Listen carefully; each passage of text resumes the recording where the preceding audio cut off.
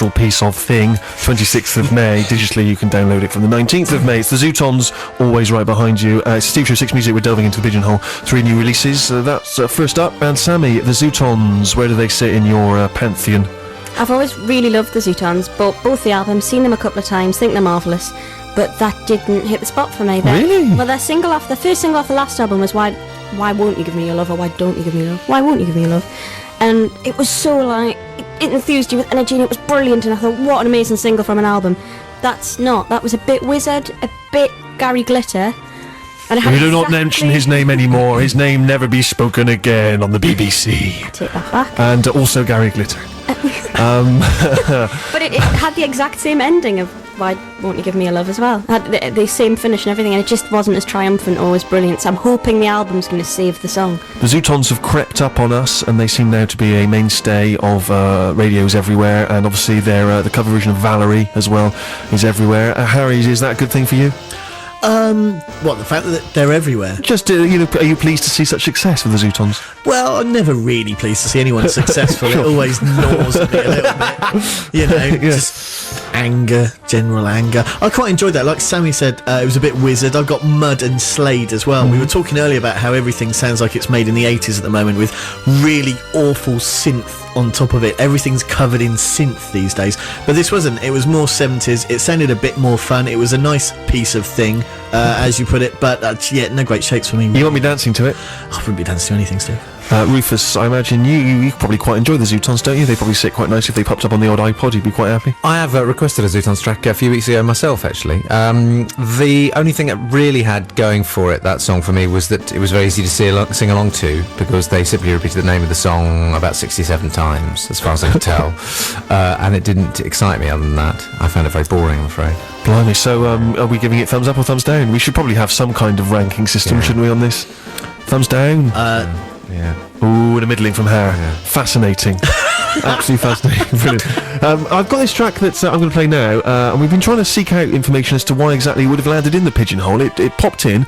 It's by a San Franciscan-born sort of singer-songwriter fiddler called Laura Cortez, or Cortese, and it came weirdly from an album that was out a couple of years ago, but somehow it's landed in the Pigeonhole, so maybe it's being re-released, maybe they're just trying to give the album another push, but have a listen to it after we've heard from this trail. BBC 6 Music. Steve Lamacq.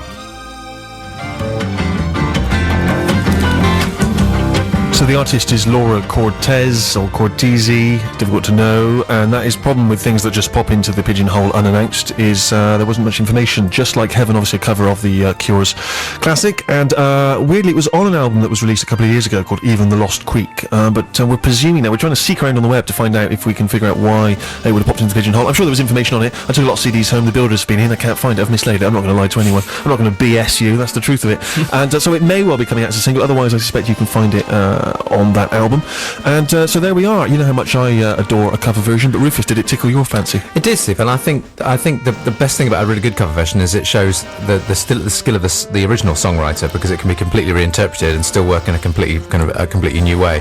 And that sounded like some kind of cool gypsy kind of double bass and rhythm players hanging around a campfire just playing. We've played a few of our own songs. We sometimes do this at the end of the night. Come on, let's do that Cure cover. And I thought it was wonderful, particularly the double bass playing. I thought it was gorgeous. Sammy, that's strong words indeed from Rufus, but you... But you, what are your thoughts? What's going on in your brain? I can understand why it leapt out of the Pigeonhole right at you. It was really pretty, and I love it when there's just a few strings going on, and her voice was beautiful. I'd like to hear the album or understand where it came from a little bit more, to hear her own stuff, because it's fair dues bring out a cover, but what's your own stuff like? Why aren't you bringing your own things? Well, we're only judging that single. Would you pop it on the iPod? Yeah, definitely. There are other MP3 available. Harry, you know how much I love a cover version. I thought that was charming. Yeah, I thought that was Steve compilation CD gold. I can imagine receiving that from you. It was really, really nice. Like Sammy says, I'd like to hear her own stuff, but she's obviously a very accomplished fiddler, and I've never been averse to a little fiddle. Absolutely, thank you very much indeed. Everyone is surely by now familiar with the fact that Martin Scorsese has made a documentary about the Rolling Stones called Shine a Light, and you may also be aware that there are various kind of duets that feature in this live concert film, including Sarah duetting on Live With Me. Here it is.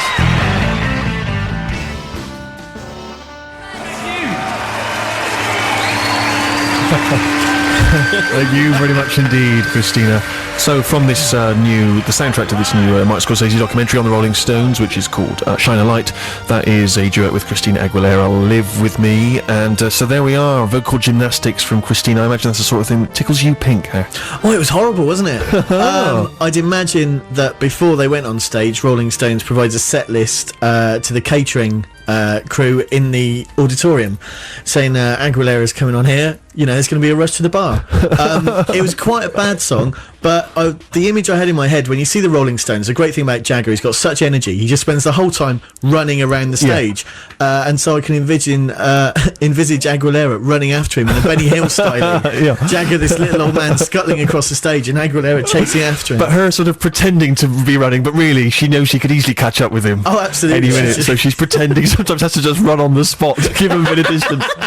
No, he's extraordinarily fit, and he does march up and down all the time. It's very impressive.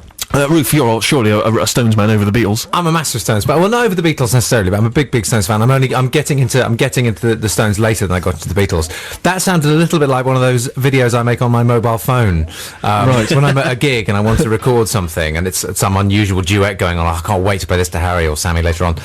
It sounded a bit like a drum kit falling down a spiral staircase. It was a terrible song, I thought, really. Did you hate it as much as these guys? Almost, yes. I really didn't get that. I love Christina Aguilera. I think she's incredible. She has such an amazing voice. She seemed to be the only thing saving that song, and even that was awful. It just did not work. Maybe it's if they went into a studio, put some time aside, some effort, no running round. That's the thing. Slammed it. Aguilera can sing, but she was just bellowing there. She wasn't she? Listen, I want to try and squeeze in some Gary Lewis before the end of the show, guys, because he will be here live in session next week, along with Billy Bragg. Super Sunday. We're all looking forward to that. So let me squeeze some of that in, and we'll say goodbye, and you'll join us next week for that. From his recent solo album, obviously Gary Lewis normally plays with the Jayhawks, and here's a track, To Die a Happy Man. See you next week.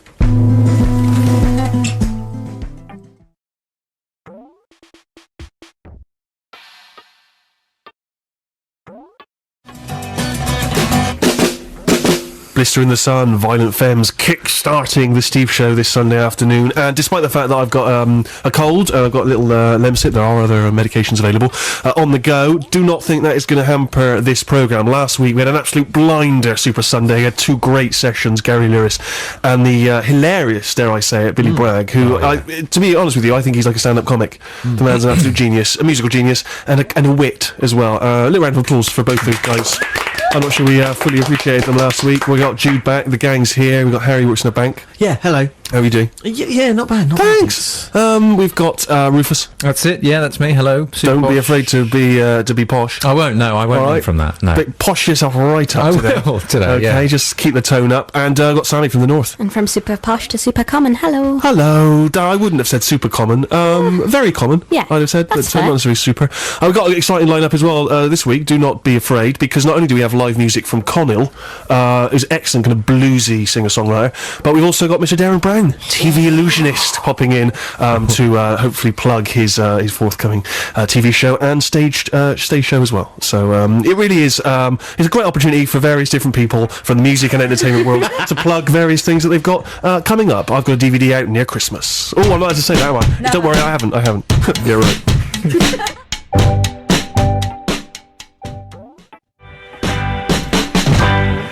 That will be Vampire Weekend's new single. That is Oxford, Steve Show, BBC Six Music with me, Steve Merchant, and my gang.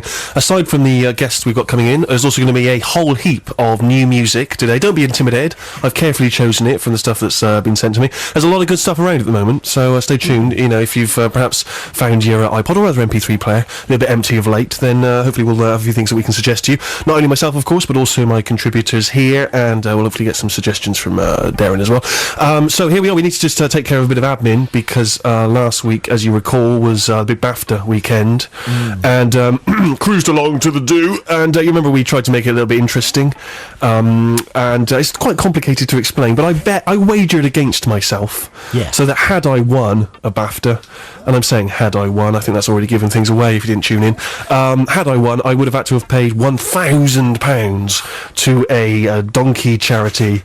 We got the suggestion from the listeners, and Monkeys for Donkeys was the the most popular suggestion. Apparently, I was reading in the paper this week actually that donkey sanctuaries do get absolute fortune, and apparently because they're not, I mean, I don't know how. I mean, I was going to say lots of other charities are considered not sexy. I don't know why that one would be particularly, but apparently donkeys, which are not a very attractive creature, apparently are hugely popular amongst idiots. Well, I've got a donkey charity rev because after last week's show, it was my girlfriend's birthday yesterday, and her aunt and uncle over in Australia sent a present over. Obviously, very heavy, sending stuff through the post from Australia costs a fortune. But they sent us. We're now sponsoring a donkey. Oh, can you believe it? Oh, it's incredible. He's based in France. They didn't give us his name. Sure. But apparently twice a year we're going to get pictures of this big ass. Her uncle. Yeah. Good night. I'm here all week. Thanks very much. Just one of the reasons I didn't win a BAFTA. But yes, I didn't win. That went to James Corden, who I think we were putting our money on anyway. Yeah. Which means all you guys have to pay considerable sums to a charity. Well, I'm now sponsoring a donkey, so I'm obviously out of that. I don't think so. I think you'll have to. No, I don't think that's how it works. I've got nothing to say. I was just demurring. I just thought you'd make some noises. I'm Yeah, trying why to look not? at which charity my money's going to go to. And how Okay. much is it we owe? I think, is it £20 each? Collectively £20. Oh, shut up. I Surely think it not. was, That's £20 actually. each. Yeah. You would have had to give £3,000 to charity, and I know it would have to be prized out of your cold dead hands. It was such a relief when they called Corden's name. It really was. I was almost going to leap up there and give him a kiss myself. I was so pleased. I gave him the thumbs up, and it was a curious event, the BAFTAs Yeah. this year, because I was obviously nervous at the thought of having to give a speech on live TV. I was nervous at the thought of having to give £1,000 away. That really was freaking me out. I was really thinking afterwards. This might have seemed like an amusing idea on the show earlier and something to say on the red carpet, but frankly now it's all but then luckily I'm not very good, so luckily I didn't win. But it was rather embarrassing because went outside to and normally the BAFTA will lay on a car for you to take you down, but they'd run out of cars, and I'm not high enough on the list to get one. They didn't, although the It's a fair sign you're not winning if you don't get a car. Exactly, Yeah. exactly. It's like, oh, well, if you make it, you make it. exactly, yeah. And so anyway, so HBO, who co-produced the show, they laid on a car, right, from the States. But the thing in the States is when you go to an awards do in LA, you'll get in a stretch limo, right? Obviously, they presume that was also the case in London. So I go outside, there's only a stretch limo outside, but a proper old weekend away hen night, from Essex, Arse out the window. stretch limo, Yeah. Smells with of the sick. phone number on the side, and the kind of Jack's Party Palace or Yeah, whatever it yeah, was, yeah. and sort of mirrored ceiling and the sunroof that I could climb out of and show my boobs and everything. So I'm thinking I can't turn up to the BAFTAs in this, surely. If only if I was fearful that some kind of wily journalist would phone the number on the side and find out all my dark showbiz secrets, the kind of things I get up to, in the back on the way to a BAFTA, chess game, things like that. And so I had to get out. I had to get as close as we could, then get out and get in a black cab and drive up in the black cab and then send the limo. And he obviously was devastated because it was his big night. Yeah. So I felt bad for him. So anyway, so we get there and we got the red carpet, it's all fine, everything. Go in there, of course. And what I didn't realise is because previously we've been fairly successful, or I've been with other people who are major celebs. What I didn't realise is if you don't win an award, you're not getting ferried to the next location after the event. You got to get on a losers bus. Oh no! They got on a losers bus with Dame Judi Dench. Dame Judi. It's nice to know that Dame Judi slums it. Yeah, yeah. She was right on the back seat. Like how all the kind of cool Bet she girls was. get to go on the back seat. Flashing her arse to the people behind her. Yeah. And she smuggled a few cans on for the Of journey. course she had. She was wasted by the time we got to the Grosvenor. yeah. But I mean, a lot of people don't realise, behind the scenes that's how we're being treated. And so anyway, of course, obviously, didn't want to be seen climbing into the limo again. Worried about those upskirt shots. As always. So I had to send the limo home and get a cab back. So it ended up costing me about 25 quid in the end. So I was still down on the evening. Don't feel bad. Well, me and Ruth went for a curry. You could have sent the limo around to the Indian restaurant, and we could have had it. I sublet it to 20 teenagers who all chipped in £10 each. Brilliant. Anyway, more music. We've got to get more music, and it's all about music. Iron and Wine had a great album out that was out last year. They just put out an EP from it, Love Song of the Buzzard.